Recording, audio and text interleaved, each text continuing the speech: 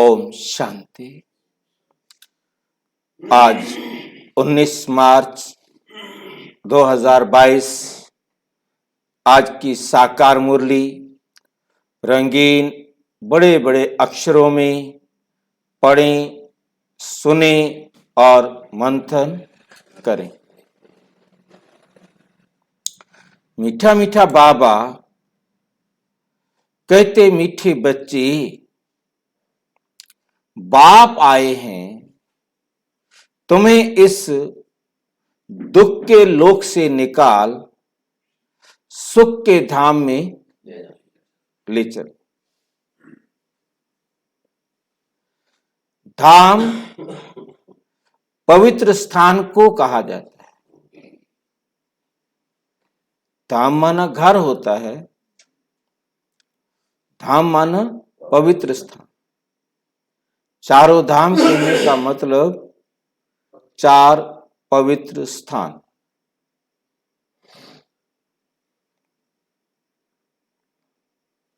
प्रश्न, ये बेहद का खेल किन दो शब्दों के आधार पर बना हुआ है?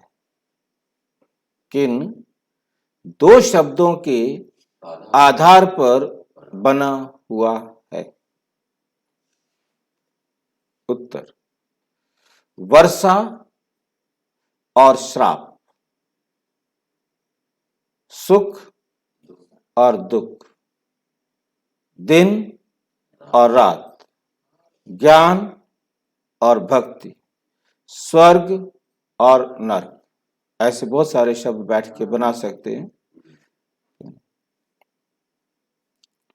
बाप सुख का वर्षा देते हैं, रावण दुख का श्राप देता है। ये बेहद की बात है। देवी देवता धर्म वाले बाप से वर्षा लेते हैं, आधा कल्प के बाद फिर रावण श्राप दे देता है। तुम बच्चों को अब स्मृति आई कि हम निराकारी दुनिया में रहते थे, फिर सुख का पार्ट बजाया। हम सो देवता, क्षत्रिय, वैश्य, शूद्र बने, अब ब्राह्मण बन देवता बनते हैं।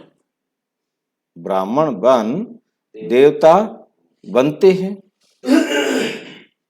गीत। ओम नमो शिवाय। ओम शांति। ये है बेहद के बाप की महिमा।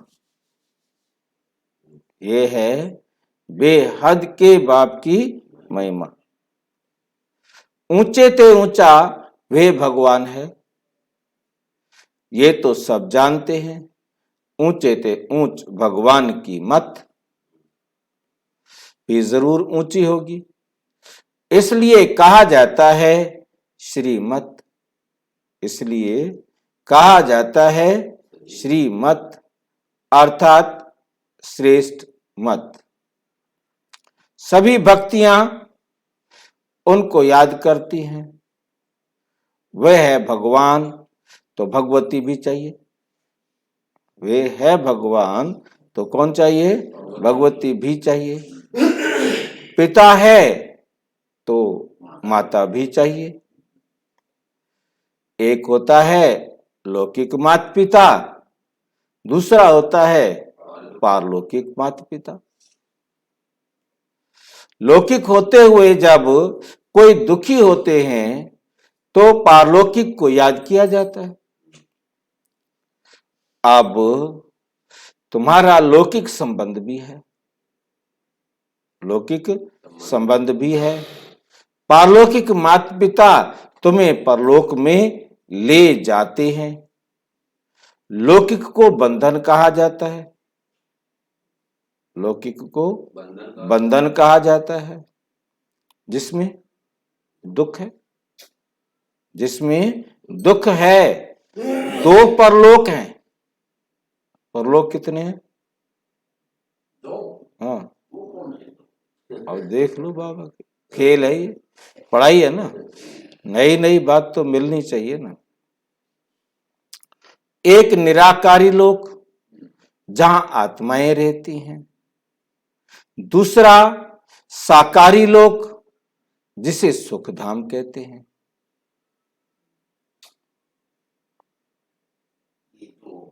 हाँ, तीसरा दुखधाम जहां तुम बैठे हो। ठीक है, जिसको सुखधाम कहा जाता है वे है शांति धाम और वो है सुख धाम, और बाबा आकर हमें इस दुख धाम से सुख धाम में ले जाते हैं। इस दुख के लोक जिसे मृत्यु लोक या पतित भ्रष्टाचारी दुनिया कहा जाता है, यहां से ले जाते हैं। यहां सब हैं पतित। पतित उनको कहा जाता है जो विकार में जाते हैं। सतयुग में पावन संपूर्ण निर्विकारी रहते हैं। पहले लक्ष्मी नारायण की महिमा गाते थे, अपने को विकारी समझते थे। लक्ष्मी नारायण महाराजा महारानी पवित्र थे तो प्रजा को भी पवित्र कहेंगे। वे है सुखधाम, वैकुंठ, नरक को धाम नहीं कहेंगे। दुखधाम कह देते हैं, बाबा कहते आज कि दुख धाम नहीं कहेंगे। धाम नहीं कहते, धाम पवित्र। धाम उसे कहेंगे जहां पवित्रता हो। जहां भ्रष्टाचार है उसे धाम नहीं कहेंगे, क्योंकि चारों धाम उन मंदिरों को कहा जाता है जो पवित्र है। जहां पवित्रता नहीं है उसे आज बाबा कहते धाम नहीं कहेंगे। तो सुख धाम को और परम धाम या शांति धाम, निर्वाण धाम को धाम कहेंगे, परंतु दुख धाम को आज बाबा कहते धाम नहीं कह सकते, दुख धाम नहीं कहेंगे। इसे दुख की दुनिया कहेंगे, मृत्यु लोक कहेंगे, कलयुग मतलब नरक लोक कहेंगे, नरक धाम नहीं कहेंगे।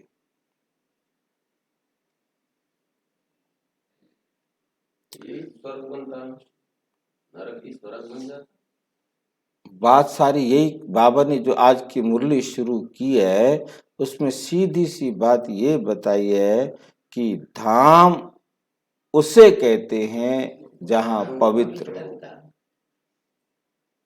जो धाम पवित्र घर है। धाम का मतलब है घर,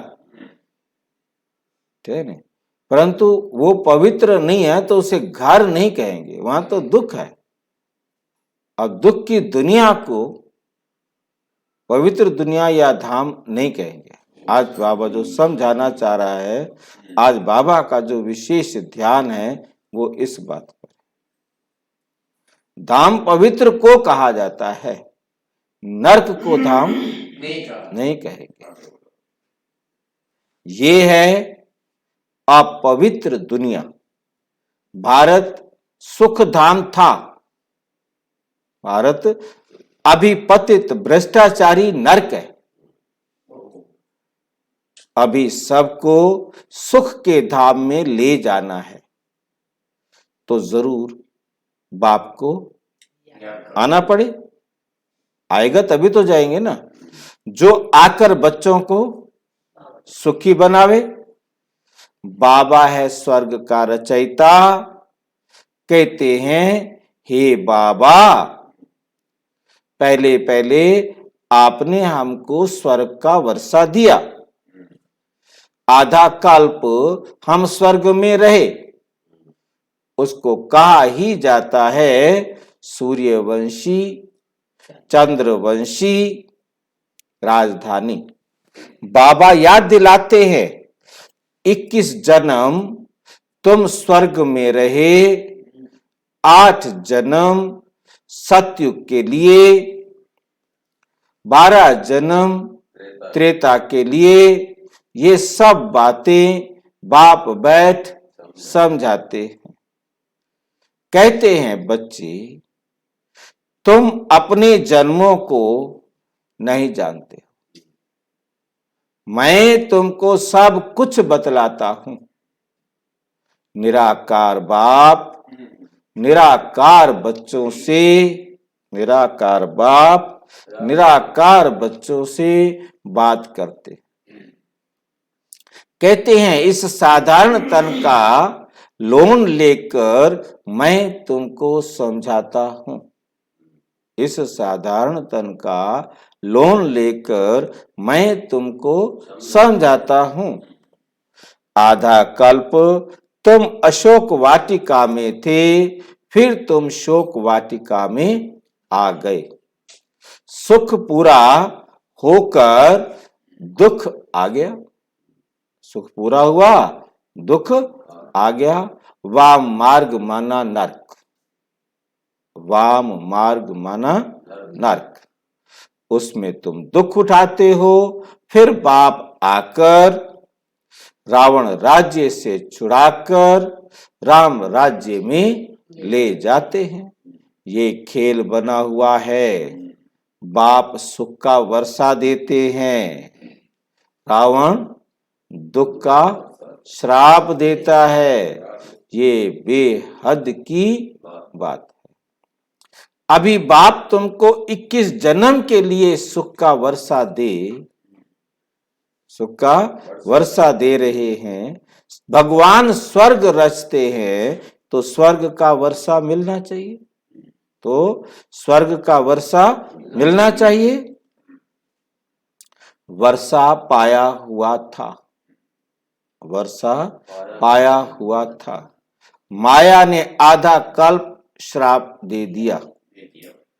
तुम्हारी बुद्धि में सारा चक्र है। इस चक्र का कभी अंत नहीं होता। फिर वर्षा देने बाप को जरूर आना ही है। वर्षा देने बाप को जरूर आना ही है। अब बाप आए हैं, जानते हैं वर्षा लेंगे। वही जिन्होंने कल्प पहले भी लिया था। देवी देवता धर्म के सिवाय दूसरा कोई वर्षा ले ना सके। पहले ब्राह्मण बनने बिगर देवता बन ना सके। पहले हम आत्माएं निराकारी दुनिया में रहने वाले हैं, फिर आते हैं सुख का पाठ बजाने। हम सो देवता बने, फिर क्षत्रिय वैश्य सो शूद्र बने। हम इन वर्णों में आते हैं। अब जो ब्राह्मण बनते हैं वे अपने को ब्रह्मा कुमार और कुमारियां कहलाते हैं। समझते हैं हम भाई बहन हो गए। फिर विकार की दृष्टि रह नहीं सके। जानते हैं हम पवित्र दुनिया के मालिक बनेंगे। बाप और स्वर्ग को याद करते हैं और ये एक जन्म पवित्र रहते हैं। ये है मृत्युलोक। ये है मृत्युलोक। ये मुर्दाबाद हो। ये क्या होगा? मुर्दाबाद हो। अमरलोक जिंदाबाद होना है। वहां 5 विकार होते ही नहीं। रावण राज्य ही खत्म हो जाएगा। सतयुग त्रेता को राम राज्य, द्वापर कलयुग को रावण राज्य कहा जाता है। वही भारत हीरे जैसा था, अब कोड़ी जैसा बन गया है। अब बाप कहते हैं तुमको हीरे जैसा जन्म देने आया हूं। तुम मेरी श्रीमत पर चलो, नहीं तो तुम स्वर्ग का सुख देख नहीं सकेंगे। बाबा देता नहीं है, लेता भी नहीं है। ना लेता है न देता है, दूर खड़ा होकर रास्ता दिखा देता है। अभी पिछली लाइन में बोला है कि मैं वर्षा देने आता हूँ। वर्षा देने आते हैं, वर्षा जो देने के लिए आते हैं वो है ज्ञान। तो ले जाते हैं ना जी ना, नहीं कहते हैं ना सबको एक साथ लेके जाता हूँ। ये सिर्फ अज्ञानी आत्माओं को समझाने के लिए, यदि ज्ञान से देखो तो वो नहीं ले जाता। उसने बता दिया, और जो जिसने समझा, जिसने नहीं समझा, जिसने अपने आप को सुधारा या नहीं सुधारा, सारी आत्माएं चाहे राजी खुशी अपने शरीर को छोड़ती हैं योग निद्रा में, और या फिर दुख के तंग होकर के शरीर को छोड़ते हैं। मेरे भाई मार से ले जाएगा क्या, कहाँ से ले जाएगा? जब तक आप ना जाओ वो ले नहीं जा सकता। हम तो जाना ही नहीं चाहते। आपकी मजबूरी होगी जाने की, नहीं वो आपकी मजबूरी होगी। मैंने कई बार स्पष्ट किया कि जो हम यहाँ रुके हुए हैं हमारा कार्मिक अकाउंट है। हमारा जब जिस भी परिवार लो, समाज लो, जो भी लो, उनके साथ हमारा लेना देना बराबर हुआ, एक सेकंड हम उनके साथ एक सेकंड नहीं रह सकते। किस लिए रहेंगे? हिसाब किताब ही नहीं है। अब जब सारी आत्माओं के साथ हिसाब किताब बराबर हो गया, वो चले गए, चाहे वो बेटा हो, चाहे वो बाप हो, तो चाहे माँ हो, चाहे नाना हो, चाहे मामा हो, चाहे काया, चाहे दुनिया भर का कोई भी हो, सारे चले गए। अब आप यहाँ क्या करेंगे? जाना पड़ेगा। क्या करेंगे यहाँ? कोई भी ना पड़ोसी, ना अड़ोसी, ना दुकान, ना मकान, ना घर, ना खेत, ना कुछ, सारे जल के राख हो गए। जितनी मिसाइलें आपने पकड़ के रोक के बैठे हुए हो, तो वो चलेंगी तो ना तो कुछ होगा, तो क्या करोगे? कहोगे अच्छा भाई मैं भी चल रहा हूं, रो रो के चल, हाँ चल रहा हूं, आ रहा हूं बाबा चल। हाँ, खुशी से कोई शरीर को छोड़ना नहीं चाहता। जो जिनको ज्ञान समझ में आ गया वो खुशी से शरीर को छोड़ सकेंगे। जिन्होंने अभी शरीर को छोड़ना सीख लिया वो शरीर को छोड़ सकेंगे। जिन्होंने नहीं सीखा वो तब छोड़ेंगे जब कोई ना रहा। तो कहेंगे चल भाई अब तो कोई है ही नहीं, क्या करे आप यहाँ, करे क्या, किसके लिए रहे? कोई अपने लिए है, यहाँ कोई नहीं रह रहा, कोई भी अपने लिए इस संसार में नहीं रह रहा। वो मजबूरी में कर्मों का हिसाब बराबर करने के लिए बैठा हुआ है। मेरी टांग होगी नहीं, पकड़ोगे क्या? खैर मतलब कहने का है कि कोई किसी की टांग को नहीं पकड़ सकता, सिर्फ आप अपनी इच्छा से परम अवस्था में जाएंगे। बस परम अवस्था कोई ऊपर नहीं है, आपका सोचना बंद, ये परम अवस्था है, खत्म। कोई संकल्प नहीं, कोई आपने ऊपर नहीं जाना। जब आपका सोचना बंद, फिर चाहे आपका शरीर आग में जल रहा हो, क्योंकि आप शरीर से अलग हो गए। अब आपका शरीर बेशक जल रहा है, आपके पास आंखें नहीं, आप उसे देख भी नहीं सकते, आप किसी भी हवा को, आवाज को सुन नहीं सकते। कितना बड़ा तूफान यहाँ आ रहा होगा, सब कुछ साफ हो रहा होगा, परंतु कुछ नहीं। बाकी कोई परम धाम ऊपर कोई जगह नहीं है। बाबा ने एक मुरली में अभी मैं देख रहा था, कहा कि ऊपर कोई 3 लोक नहीं है कि ये ब्रह्मापुरी है, ये विष्णुपुरी है, ये शंकरपुरी है। ऐसी कोई ऊपर 3 पुरियां भी नहीं है, कोई सूक्ष्म लोक भी नहीं है। वो सिर्फ हमारे संकल्प की दुनिया है। हम आत्मा बेशक यहाँ कहीं भी रहे, हमारा किसी पर कोई असर नहीं और किसी का हमारे ऊपर। बाबा का वो सूर्य चंद्रमा से उससे भी पार, उससे भी पार, ये भक्तों को समझाने के लिए है, क्योंकि उन विचारों को एकदम कह दिया जाए कि परम धाम कुछ नहीं, तो उनको कुछ भी समझ में कहेंगे ये तो पागल बनाते।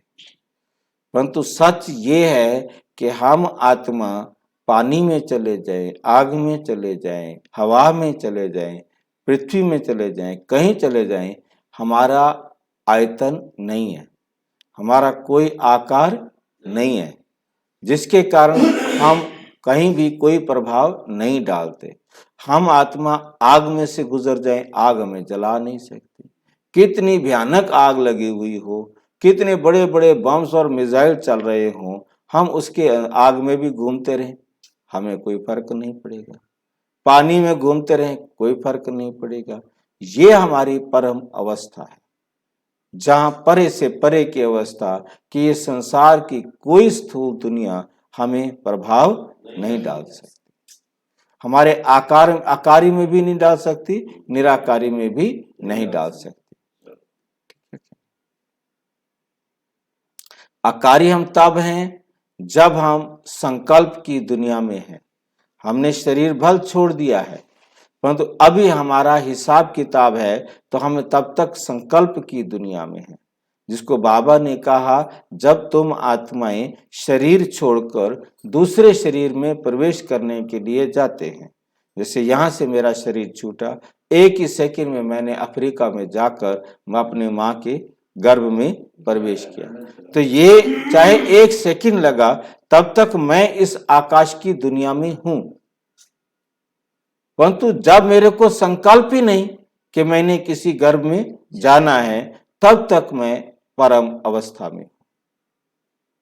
तब परमात्मा कहते मैं परम अवस्था में, तब आप भी कहाँ होते हैं? परम। जब मुझे कहीं जाना नहीं, जब जितनी देर तक मुझे संकल्प नहीं आएगा, तब तक मैं परम अवस्था में हूं। जब संकल्प आएगा, अलार्म बज गया कि चल भाई गर्भ तैयार हो गया, चलो पाठ बजाने के लिए, संकल्प आएगा और आप संकल्प की दुनिया में सीधा माँ के पेट में, मतलब एक सेकंड में ही आप सीधा माँ की पेट में, चाहे आप कहीं भी थे। क्योंकि हमें कहीं भी जाने में कोई स्पीड के, कोई गति की हमारी कोई लिमिट नहीं है कि 60 की स्पीड पे जा रहे हैं, 100 की स्पीड पे जा रहे हैं, 1000 की स्पीड पे जा रहे हैं।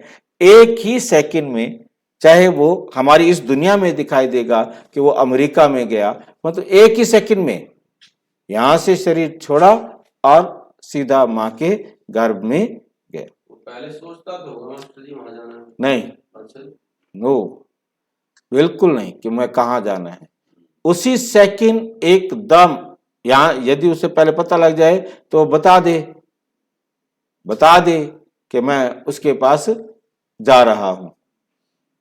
उसे यह भी नहीं पता होता कि मैं जहर किस लिए लेके आया हूं, मैं ये ट्रेन के आगे कूद क्यों रहा हूं। बस उसको ये आता है मुझे कूदना है, कुछ भी नहीं है, कोई झगड़ा ही नहीं है, कोई टेंशन नहीं है। बस कोई टेंशन जो भी समझो कि हो गई है, तो उसको अचानक एक ही आता है, कूदना है बस। अब उसने चाहे भले के लिए सोचा हो कि मेरा कूदने में भलाई है, परंतु उसमें ही नुकसान हो जाता है। किसी को बचाने के लिए जाता है, वो मर जाता है, और जिसको बचाने गया था वो बच जाता है।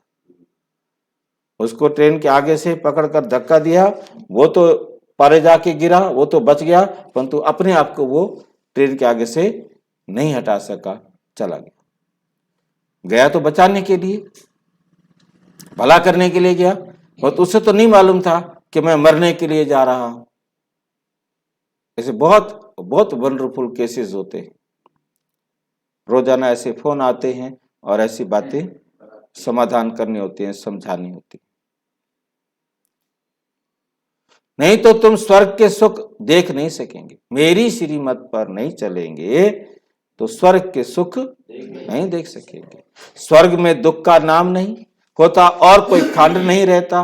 भारत ही असल में प्राचीन खंड है, केवल देवी देवताओं का ही राज्य होता है, इसलिए उसको स्वर्ग कहा जाता है। आधा कल्प तुमने स्वर्ग का सुख भोगा, फिर रावण राज्य शुरू हुआ। सतयुग को शिव आलय कहा जाता है, शिव बाबा का स्थापन किया हुआ है। शिव बाबा ब्रह्मा द्वारा स्वर्ग की स्थापना, शंकर द्वारा नरक का विनाश कराते हैं। जो स्थापना करेंगे वही स्वर्ग में पालना भी करेंगे। विष्णुपुरी के मालिक भी बनेंगे। शिव बाबा ही शूद्र से ब्राह्मण बनाते हैं। इस समय तुम्हारा ब्राह्मण वर्ण है, फिर देवताओं का वर्ण हो जाएगा।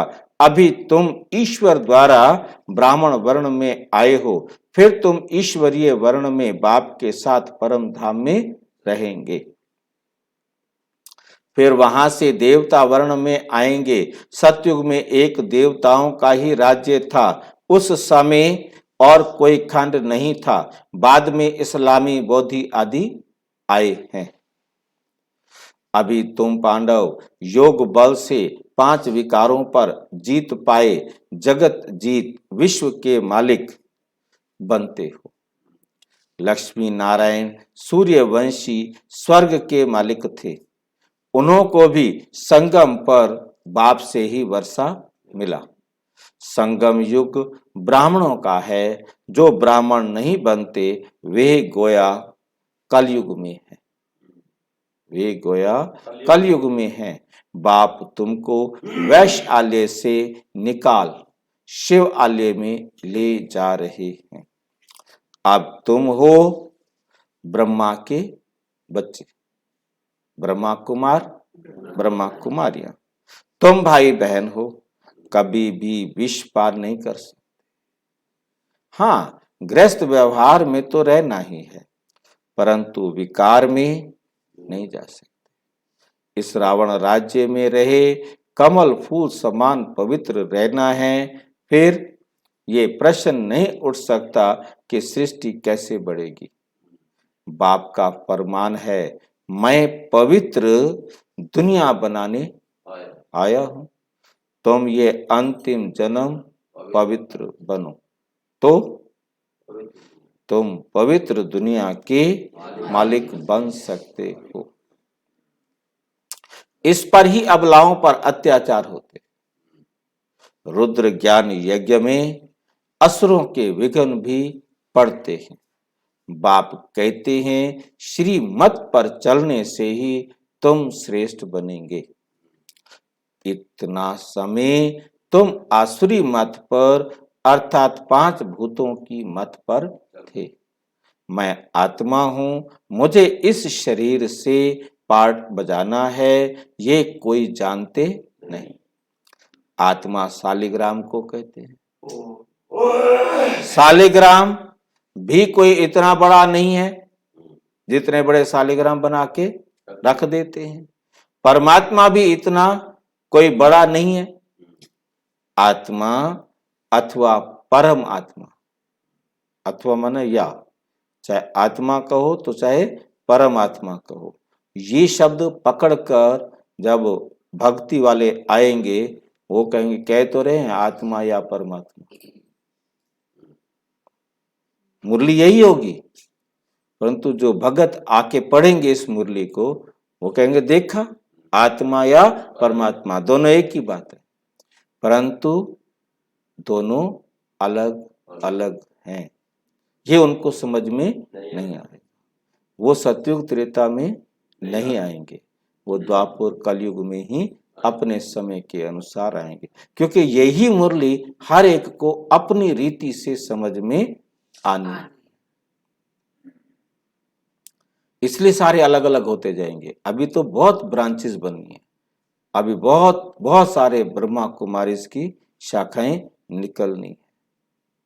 आत्मा में सारा पार्ट भरा हुआ है।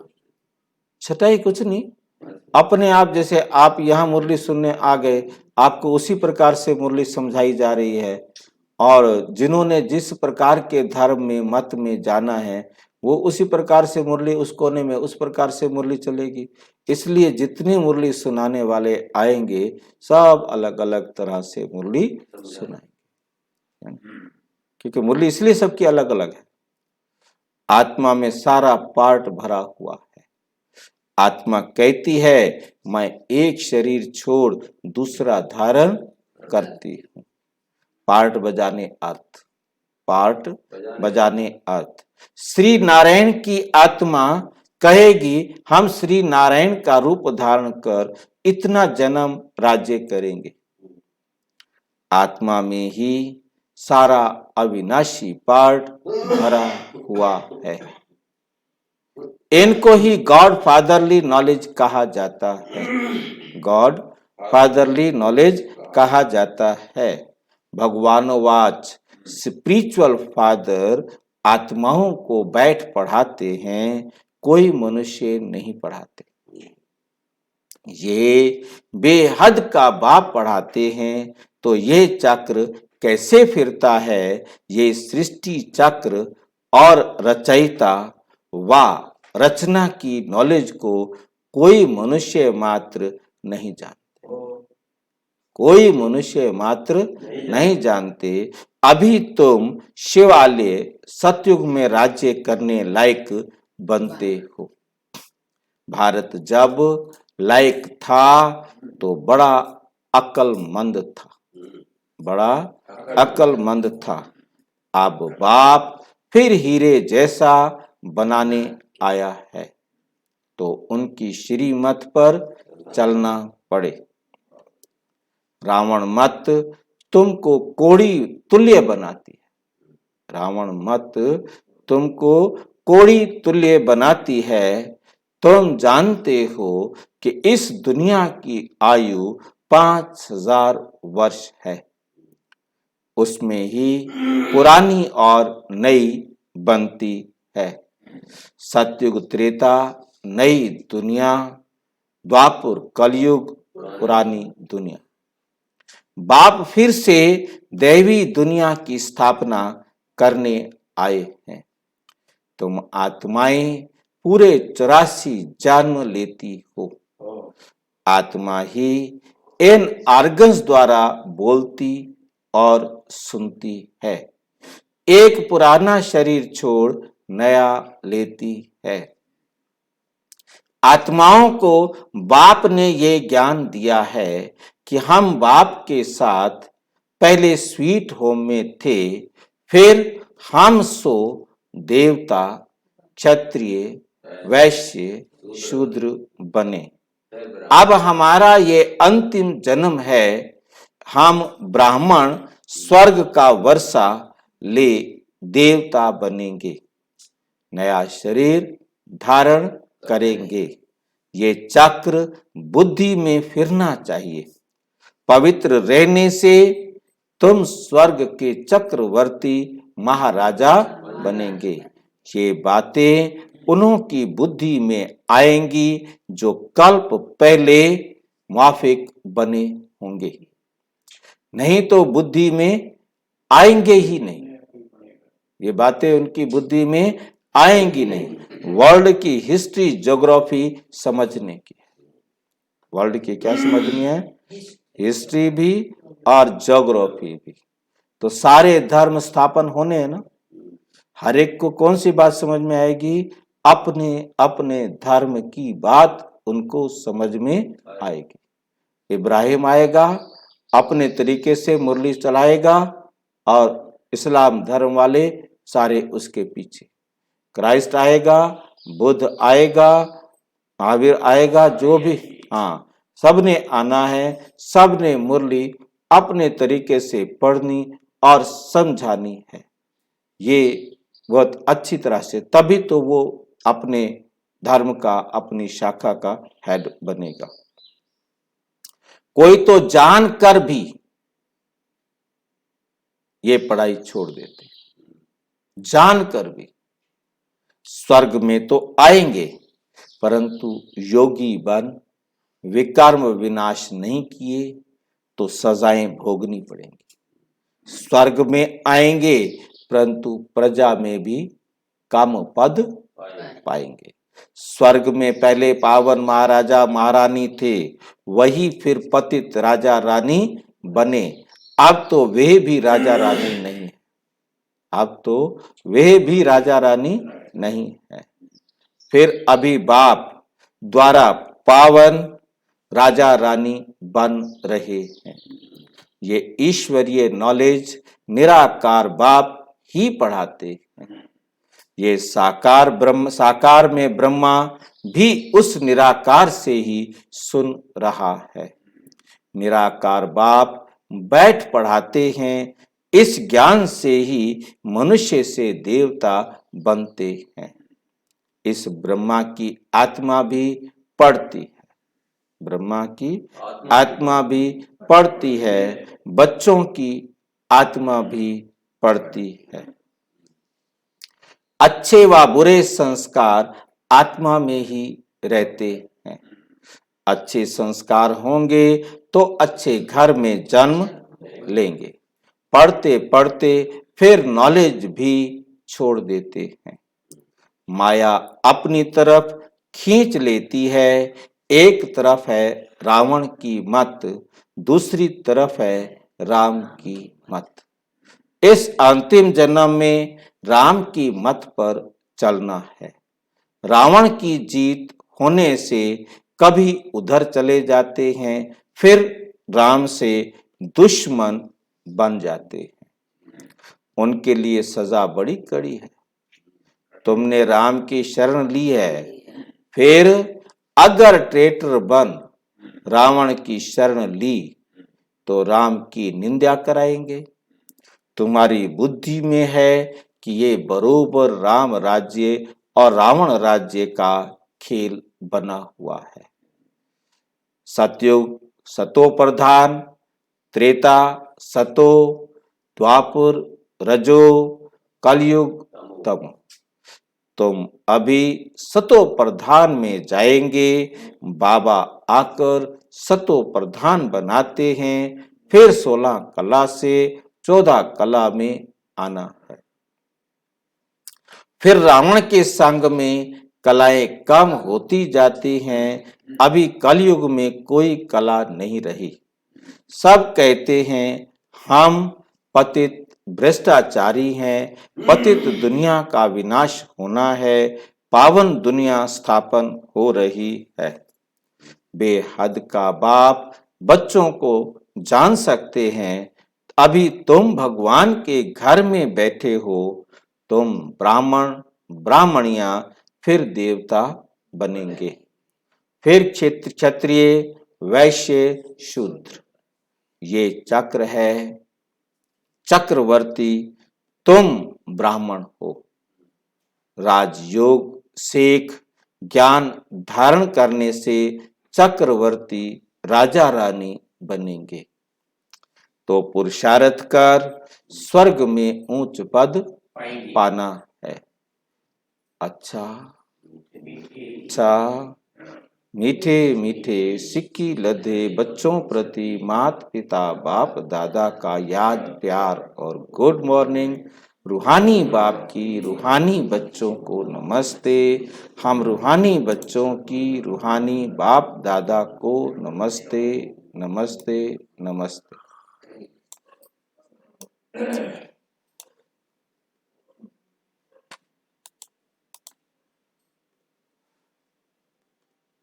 धारणा के लिए मुख्य सार 1, इस अंतिम जन्म में राम की मत पर चलना है। कभी भी राम की शरण छोड़ रावण की शरण में जाकर बाप की निंदा नहीं करानी। धारणा के लिए मुख्य सार 2, सजाओं से छूटने के लिए योगी बन विकर्म विनाश करने हैं। पवित्र दुनिया में चलने के लिए पवित्र जरूर बनना है। वरदान, बेहद के अधिकार को स्मृति में रख संपूर्णता की बधाइयां मनाने वाले मास्टर रचयिता भाव। संगम युग पर आप बच्चों को भी वर्षा भी प्राप्त है। पढ़ाई के आधार पर। वर्षा किस आधार पर मिलता है? पढ़ाई के आधार पर। सोर्स ऑफ इनकम भी है। वर्षा भी है, पढ़ाई के आधार पर सोर्स ऑफ इनकम भी है और वरदान भी मिले हुए हैं।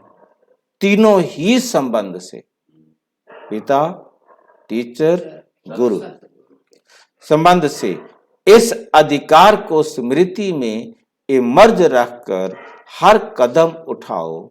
अभी समय, प्रकृति और माया विदाई के लिए इंतजार कर रही है। सिर्फ आप मास्टर रचयिता बच्चे संपूर्णता की बधाइयां मनाओ तो वो विदाई ले लेगी। नॉलेज के आईने में देखो कि अगर इसी घड़ी विनाश हो जाए तो मैं क्या बनूंगा, क्या बनूंगा। स्लोगन, हर समय हर कर्म में बैलेंस रखो तो सर्व की ब्लेसिंग स्वतः प्राप्त होगी। सबकी ब्लेसिंग, आशीर्वाद अपने आप ही मिल जाएगी। और विस्तार से जानने के लिए विश्व में 140 देशों में प्रजापिता ब्रह्मा कुमारी ईश्वरीय विश्वविद्यालय के किसी भी सेवा केंद्र पर संपर्क करें। और यदि कोई प्रश्न हो, कोई बात स्पष्ट ना हो तो 9213106986 पर केवल टेलीग्राम करें, फोन नहीं। ओम शांति।